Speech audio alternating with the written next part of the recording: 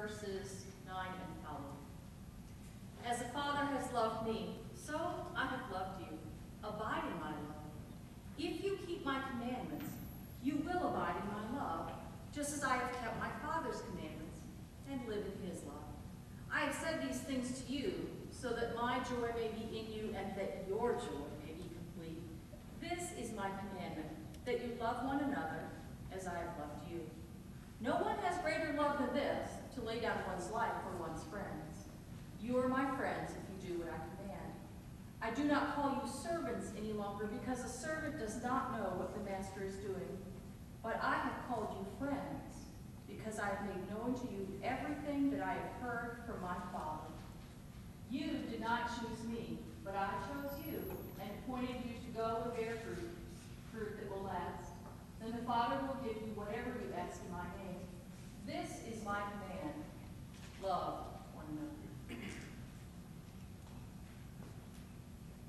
Will you pray with me?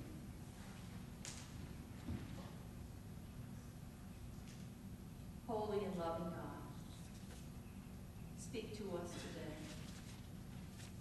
Speak to us through one another. Tune our ears to hear your words. Tune our hearts to beat with yours. Show us love, that we might ever show your love. Amen. Last night I was lucky enough, I got to take some junior high kids home from a concert, and they were in the back seat. And you might know that as a parent of teenagers, they don't really talk to you very much. And on occasion, they might actually talk to each other in your presence. And these two kids in the back were pretending they were married. And they were bickering with each other. Well, I pay for the dog food. Well, you don't pay the other bills. Well, you're sleeping in the driveway tonight. Well, I'm telling you what. And they were going back and forth. It was hilarious. I was laughing really, really hard. But in the cold light of day, when the jokes are all over with, and you begin to think about people's relationships, whether those are friendships or coworkers, or whether those are marriages, those kind of lines aren't so funny. In the cold light of day, they remind me of what I grew up with. I had parents who really loved each other, still love each other, but it seemed pretty odd to me because I grew up with domestic violence. And some people call that domestic terror, when people yell at each other where there is physical interaction. And it's something that marks you, it shapes you. It's something you can't just walk away from and never be changed by. And for a long time, I tried to just cut off that past part of me. But I was always haunted by the fact that I was called to write a book. And I thought I would write a book like Laura Ingalls Wilder. Have you ever read Laura Ingalls Wilder's book? When I was in 3rd grade, my teacher with blonde hair that flipped up and bright red lipstick, she would read to us Little House in the Woods, and it just got me hooked. And so as I grew up and into an adult, I thought, well, that's the kind of book I'll write. I'll write a book about my childhood so that other kids who face a childhood like that will know there's light at the end of the tunnel. They'll know there's hope and that it won't always be this way, that you get to make choices about how you live as you grow up, and you can choose how you're going to interact with people. You can choose how you're going to speak to other people, and you can choose whether you're going to argue about things or whether you're able to talk them out. And so I was really bent on that, but I could never bring myself to do it. Because every time I started to write it down, it was like the memories leaped up like a monster out of the bed, you know, and it just haunted me. And then I would go to writers' conferences, and I went to one writers' conference, and somebody said to me, well, you don't have to start from childhood. You could start from adulthood. You don't have to start at birth in a book, you know?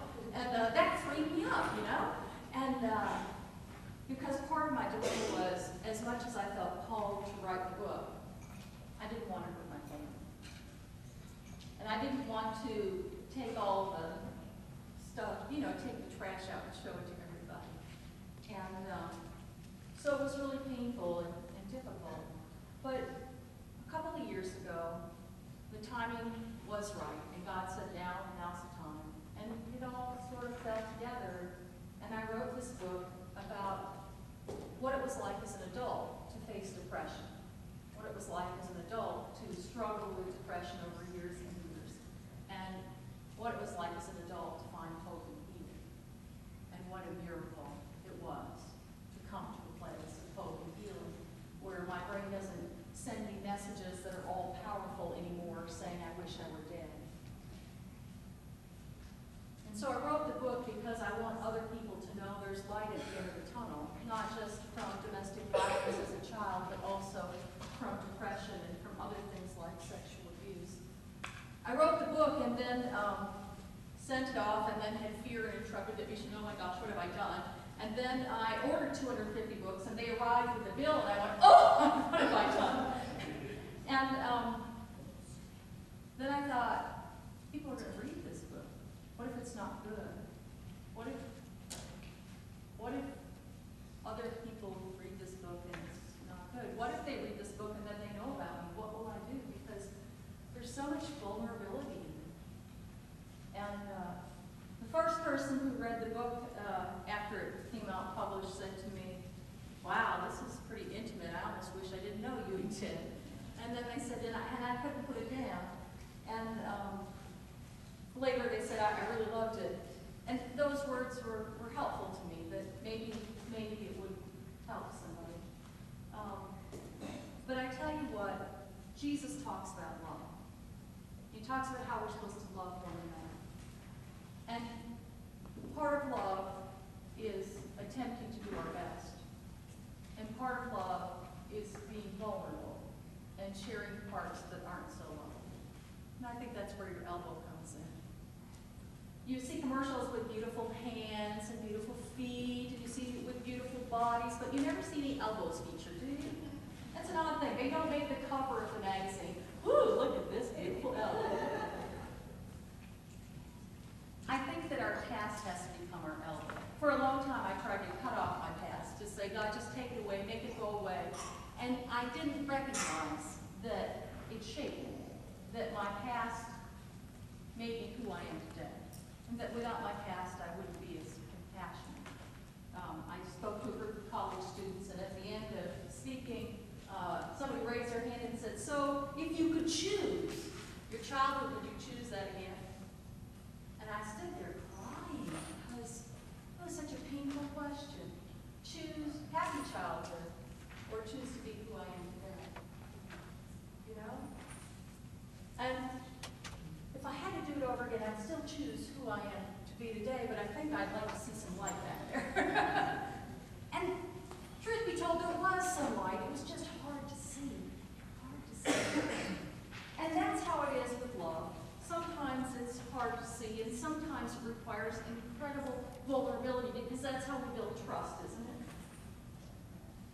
I was talking to a friend just a couple of weeks ago. She and I have known each other for a very long time. And she mentioned in passing, oh yeah, my mom was an alcoholic. And I was like, what? And I didn't say, what? I said, oh, you never told me that before. And I asked her a few questions, and she told me lots of things about what that was like, and how, you know, how her dad just didn't deal with it, and how as a child she had to try and make her way through that with her dad off in the military and her being the oldest child at home. And after she was finished telling me, I said, now you need to tell me, how did I do? You know, sometimes when we tell somebody something that makes us feel worse because of how they react, sometimes they go, ooh. She said, well, you didn't go, ooh, and you didn't go, oh no, you just listened. She said that was the best thing you could have done, was to simply listen and honor what I said, to be respectful of it. And I think that's an important lesson in life. It's a hard one. It's an important one. Because when we listen and we're able to not just get in the middle of it and say, oh my gosh, I would have never lived through that, but to simply listen, it helps the person make it their album. And helps say, it's a piece of my past, but it is not my whole past. It's a part of me, but it's not the whole me. It's shaped me, and it's maybe who I am and how I move, but it is not me.